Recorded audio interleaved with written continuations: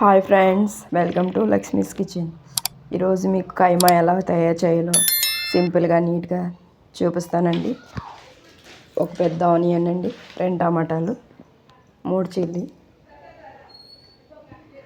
కైమా శుభ్రం కడిగి పెట్టుకున్నానండి. బాండి పెట్టుకున్నా, స్టవ్ ఆన్ చేసుకున్నానండి.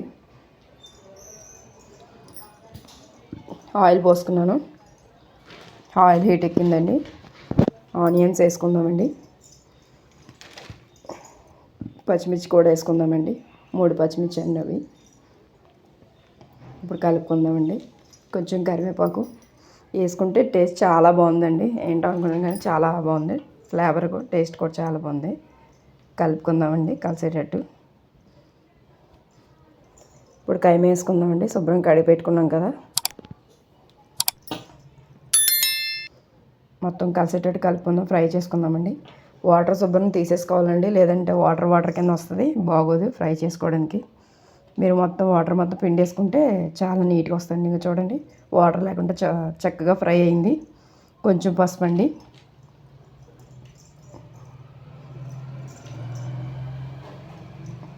వేసుకొని కలుపుకుందామండి. పసుపు, 1 స్పూన్ కారం అండి.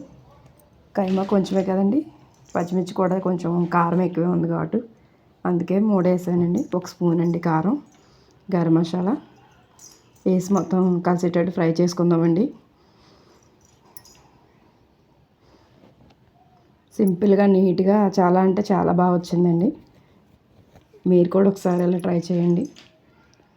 కొత్తిమీర కంటే కరివేపాకు వేసిన టేస్ట్ ఫ్లేవర్ చాలా బాగుందండి, బాగా వచ్చింది.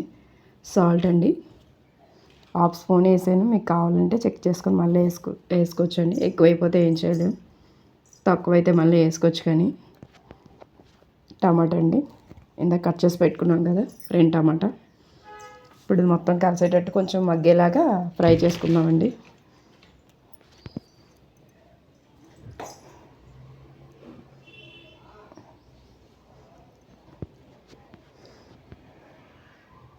టమాటా మగ్గిందండి.